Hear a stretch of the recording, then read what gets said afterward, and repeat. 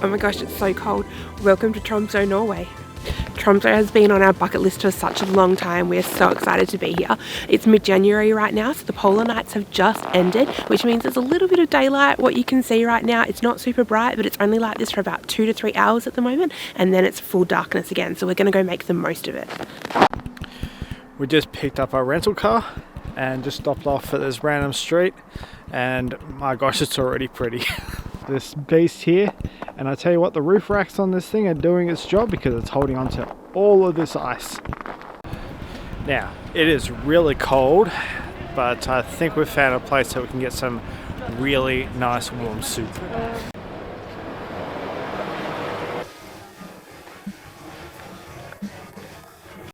Whew, I feel so much better after that, but even now the light's starting to go down, and it's almost 3 in the afternoon, but that's winter time in this area. We're only here for a couple of days, but tomorrow we've got something really good in store, so you don't really want to miss that one. We packed all of our cold weather gear that we took from New Zealand, and to be honest, none of it has helped. I've suited up. Done well. Now I just look like a damn lumberjack, but hey, it works. I cannot believe how much stuff we just bought. So we both got full snow spec like pants. I got a new down jacket, we got underlayer thermals, new gloves, new warm socks, like literally the whole kit and caboodle, and it was 412 Australian dollars. If you're coming to Scandinavia, buy your stuff when you get here. The shopping centre we went to get the actual cold weather gear that we needed is Yetka Shopping Centre, and that place has got everything that you need. All the down jackets and all of the gloves, socks, everything you need, it's all there. Oh, it's just started snowing. It's snowing!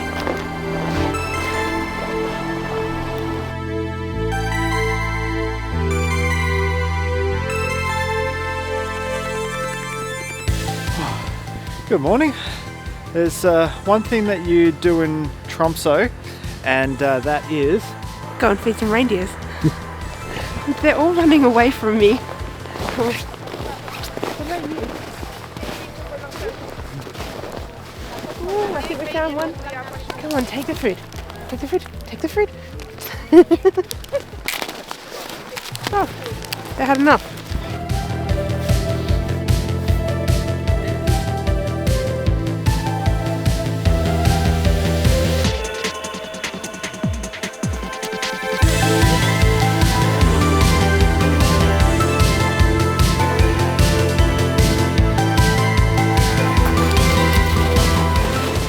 Hello.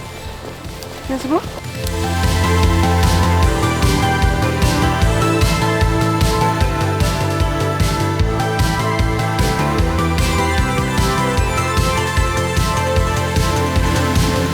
Also, shout out to Verna for teaching us about reindeer herding and some of the stories of the reindeer that have actually been put onto the land itself.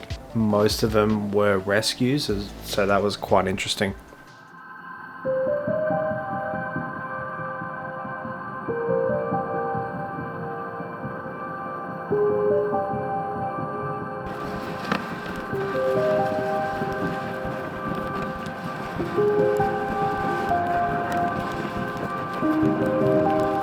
It's been cool to see the reindeers. They're a bit different to what I expected.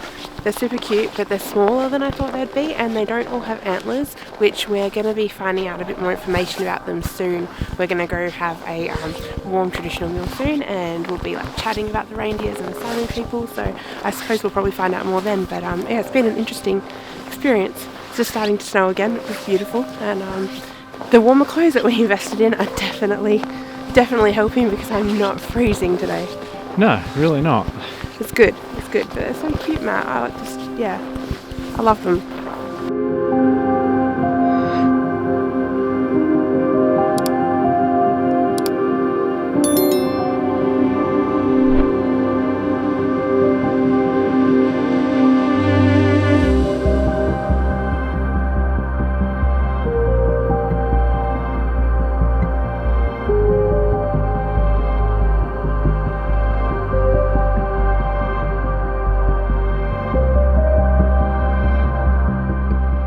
So we're back. I had to finish vlogging about the reindeers from inside because it's 3 p.m. and that means we have lost all of the daylight outside now. And it was getting cold and we had to sort of wrap up with what we were doing. But it was a really good day out actually. We learned so much about the reindeers. We answered all those questions I had before, like why some of them have antlers, why some of them don't.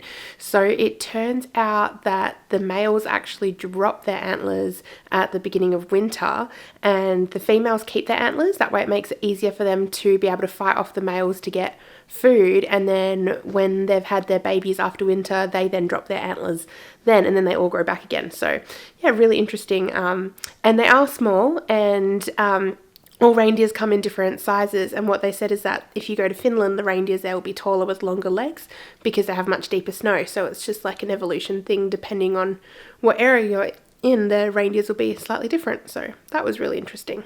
We then went inside the lavoo and we had a nice meal, which was really lovely. They did the potato soup and there was an option to add reindeer to it. So you could have it with the reindeer or you could have the vegetarian option without it. So that was really good that they had both options available.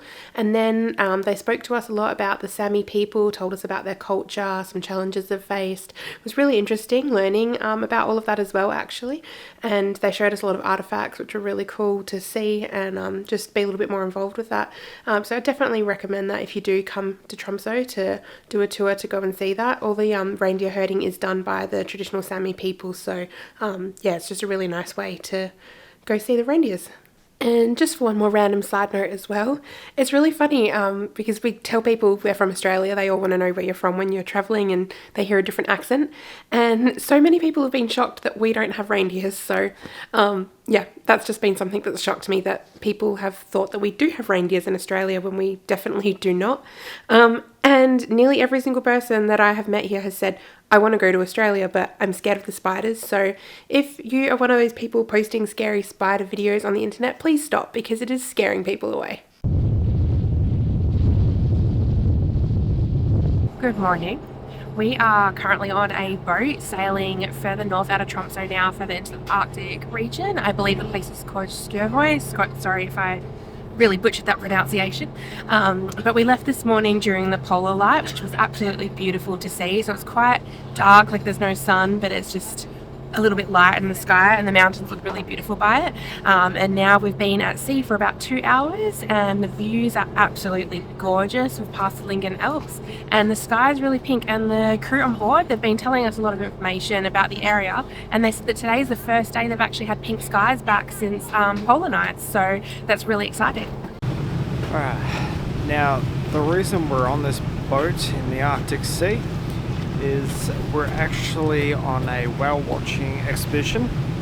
Now hopefully we'll be able to see maybe some orcas, hopefully some humpback whales, possibly sperm whales, or maybe something else, don't know, but let's hope.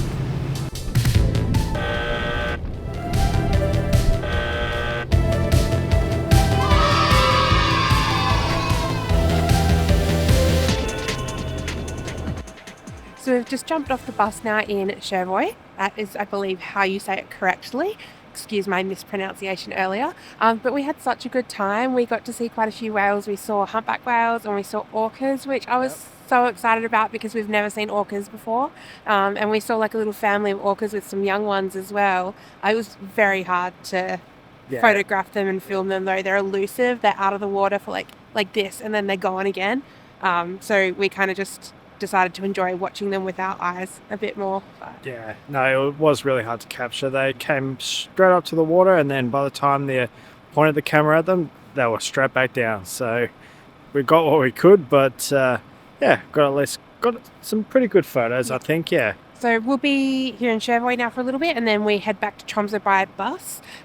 We've done it that way because we honestly booked last minute and you can do the boat the whole way there and back, but that was already booked out, so we chose to do the boat which took us for the whale watching and then terminated in Skjøvøy, and now we've got to make our way back to Tromsø by bus. That is always an option, and it worked out for the best because we get a little bit seasick and we were worried how the boat would go for the whole day too, but we actually got so lucky. It was such a good day. The water was like glass for like 90% of it and we rocked a little bit, but for the most part it was pretty good. I thought it was good.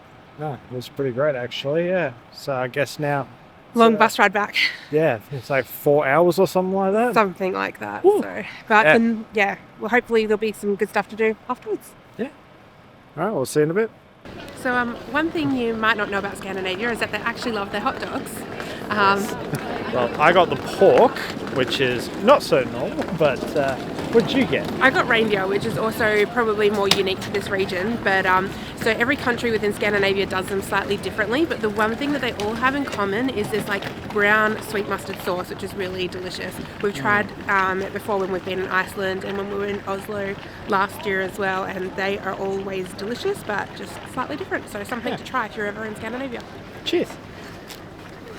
So from what I understand and from what we've experienced previously in Norway is that traditionally a hot dog in Norway actually comes in like a round small flatbread. So I was a little bit shocked that these ones came in hot dog buns, but again that could be regional, we're not really sure. If you know, actually we would love to know, so do let us know. Morning. We've just come down to the Senja Islands. We hope we're saying that right.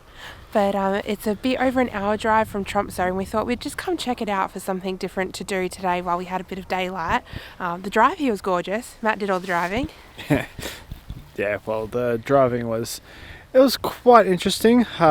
There was a lot of snow on the roads and a little bit of black ice, so had to take it a little bit cautious. So it took a little while longer to get here, but it's definitely worth it though. Yeah, it felt a little bit sketchy for us Aussies who are not used to driving in these conditions, but we just took it really easy. But I think it's actually worth coming down here just for like the scenic drive to get here itself. It's quite gorgeous. We pulled over along the way and there was this really beautiful area. So cross-country skiing is a national sport of Norway, we have since learned.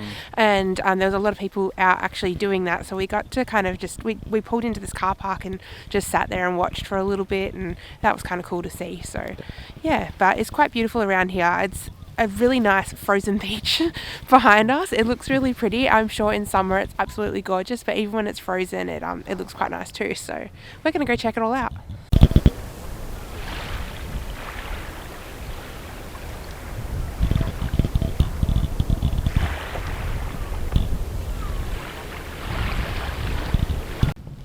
So effectively it's a shell beach and it's really pretty. Like there's all different like shells that have washed up, all different colours and shapes and sizes, and the whole beachfront is actually shells. We didn't realise that till we got right down here. It is absolutely freezing out here though, so we spotted a cafe on the way in and we're gonna go try and warm up. Hopefully they have some soup or coffee or something warm that we can warm up with.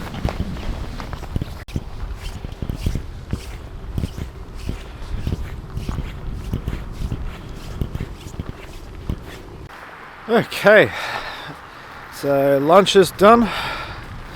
Got my takeaway coffee. So I think we might be heading back because it's starting to get a bit dark now. So yeah, probably a good idea to get out of this.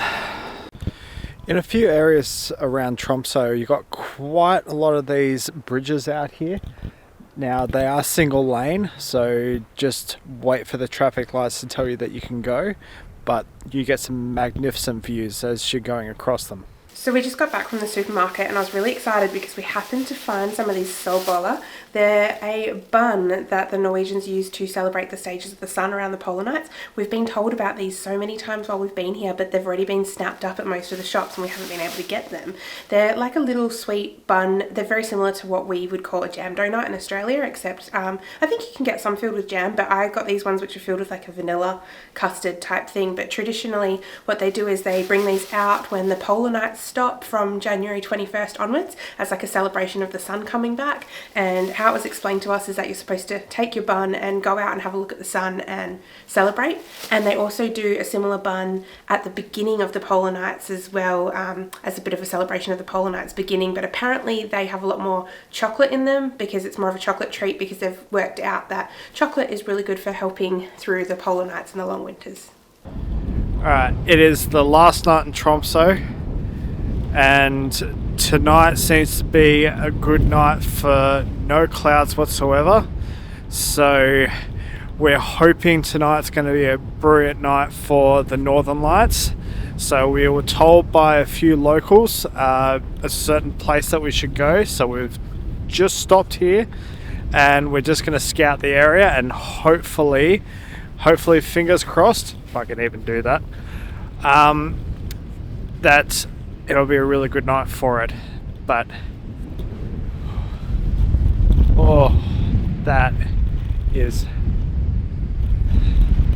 that's a magnificent view. It's ironic that there's going to be no clouds tonight, because I think this is actually the windiest it's ever been the whole time we've been here.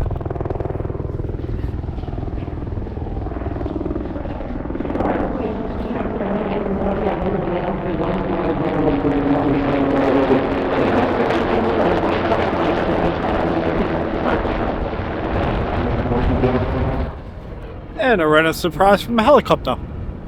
So this area here is called Telegraph Bukta. Now, I don't know if I'm saying that correctly. I'm probably not, but I don't have the native tongue. But I'd say one of the reasons why this is a good place is because it's a little bit further away from the light pollution, and also you get the magnificent views of the mountain ranges here, or fjords. I don't know if it's a fjord, but I would say it is. But let's see if this place definitely works.